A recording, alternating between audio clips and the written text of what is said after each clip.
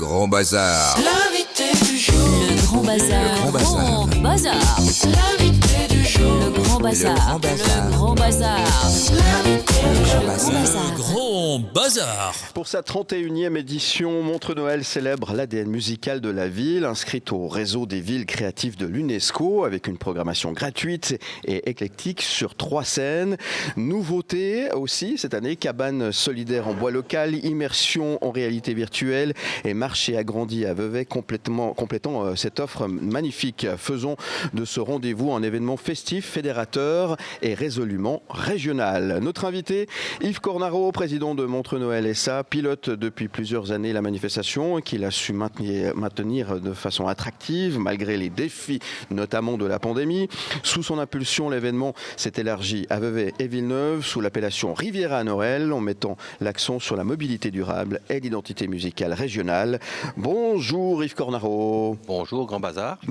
Comment ça va? Ça va bien. Merci d'être là. Plaisir de te revoir. Moi aussi. Alors vraiment, chaque année, je reçois Yves Cornaro pour parler de Montreux Noël. Et j'ai envie de dire, chaque année, c'est la même chose, mais c'est chaque fois différent en même temps. Et cette année, encore plus. Oui, alors c'est notre ADN. J'écoutais avant l'hôtelier qui doit se renouveler chaque fois. Nous, chaque année, on se renouvelle. Des fois, c'est plus, des fois, c'est un peu moins. Mais il y a toujours une nouveauté. Et cette année, c'est vrai qu'avec la ville de Montreux qui est rentrée dans l'UNESCO des villes musicales, c'était l'opportunité de créer une plateforme d'animation musicale. C'est ça. Ce qu'on n'a pas forcément fait jusqu'à maintenant. Parce qu'en fait, on ne voulait pas être en parallèle ou en concurrence. Concurrence, c'est un grand mot parce qu'on n'est pas du tout spécialiste là-dedans, avec les grands festivals qui jalonnent Montreux toute l'année. Ouais. Par contre, d'avoir une touche musicale en faisant participer des écoles de musique de la région, il faut participer des chœurs régionaux, il faut participer des amateurs, entre guillemets, mais qui sont très prometteurs. Ça donnait cette petite touche musicale à Montreux.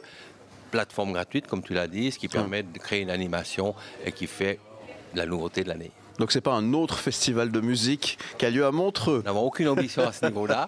Nous avons des spécialistes qui sont reconnus et qui sont très très bons.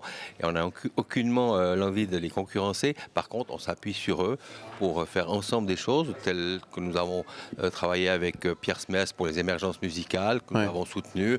Nous avons fait une soirée particulière avec Francis Cabrel qui était magnifique. On joue le jeu avec les gens qui sont ici. Et les gens qui sont ici jouent le jeu avec nous, c'est très bien. Je dis ça, mais c'est quand même l'homme orchestre de Riviera Noël, Yves Cornaro, quand même.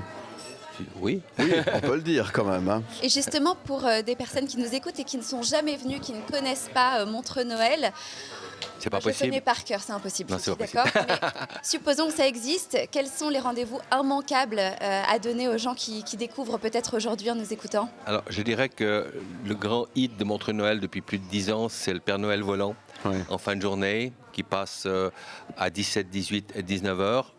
Et les week-ends, 1 heure de plus, à 16 heures également, comme aujourd'hui. C'est magique, c'est mythique. Les gens se ruent sur la place du marché pour le voir arriver. Les enfants et les adultes applaudissent et le saluent. Pour les grands et petits enfants, ça reste toujours magique, quoi qu'il se passe depuis 10 ans.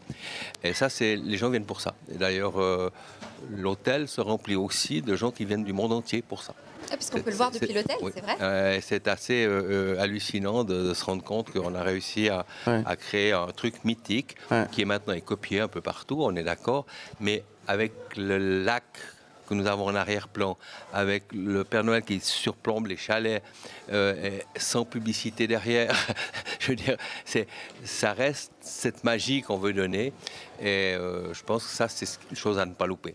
Après, pour ceux qui ont plus de temps et des enfants en bas âge, c'est toujours le Père Noël au Rocher de Nez. Bien sûr. Mais ça, il faut compter quand même 4 heures de temps. C'est-à-dire 1 heure de montée, 1 heure de descente, et puis en tout cas 1 heure à 2 heures sur place.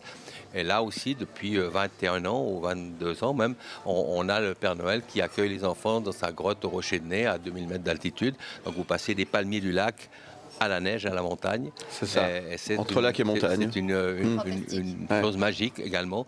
Et c'est réservé très longtemps à l'avance. Comme les tubes à fondu de monsieur Dumona. Nous, les gens réservent septembre, octobre, tous les billets sont vendus pour les Rochers de Nez. C'est très attendu. C'est normal, c'est le vrai Père Noël, David Letard, qui se trouve au Rocher de Nez, vous le savez. Le vrai Père Noël, le vrai Père Noël. On en parlera du Père Noël justement. On vous parlait du monde entier. C'est très en vogue aujourd'hui les marchés de Noël. Vous savez qu'il y a des classements aussi dans le monde par rapport au marché de Noël. Alors je ne sais pas si pour vous c'est un objectif caché ou pas, que Montreux figure parmi les 10 plus beaux marchés du monde. Je ne vous cache pas que ça fait déjà 3 ans qu'on est, qu'on est labellisé marché de Noël 5 étoiles. Ouais. Je suis dans le comité des marchés de Noël européens. Félicitations. Les labellisations de marché, c'est tout et rien. Je veux dire par là, ça dépend qui le labellise, qui dit qu'il est bien. On a maintenant un marché qui sort en Roumanie qu'on n'a jamais vu nulle part. Et justement, c'est et ça qui que a je été posais. classé le marché numéro 1 en Europe. Il est magnifique quand on voit les vidéos et tout, il est magnifique. Mais il était classé par qui? On ne sait pas. Ouais. Alors, c'est pas là l'important. Je crois que l'important, c'est de faire plaisir aux gens qui viennent. Ouais. Et surtout pas les tromper. Alors, c'est vrai que le marché de Noël, les marchés de Noël sont devenus quelque chose que tout le monde fait maintenant. En 10 ans, ça s'est développé à une grandeur incroyable. Les gens ont compris qu'en fait, en fin d'année, il faut trouver des plateformes pour que les gens se réunissent, pour qu'ils s'amusent, pour qu'ils passent une fin d'année agréable, avec un peu de magie, avec un peu de lumière, avec des animations selon les villes.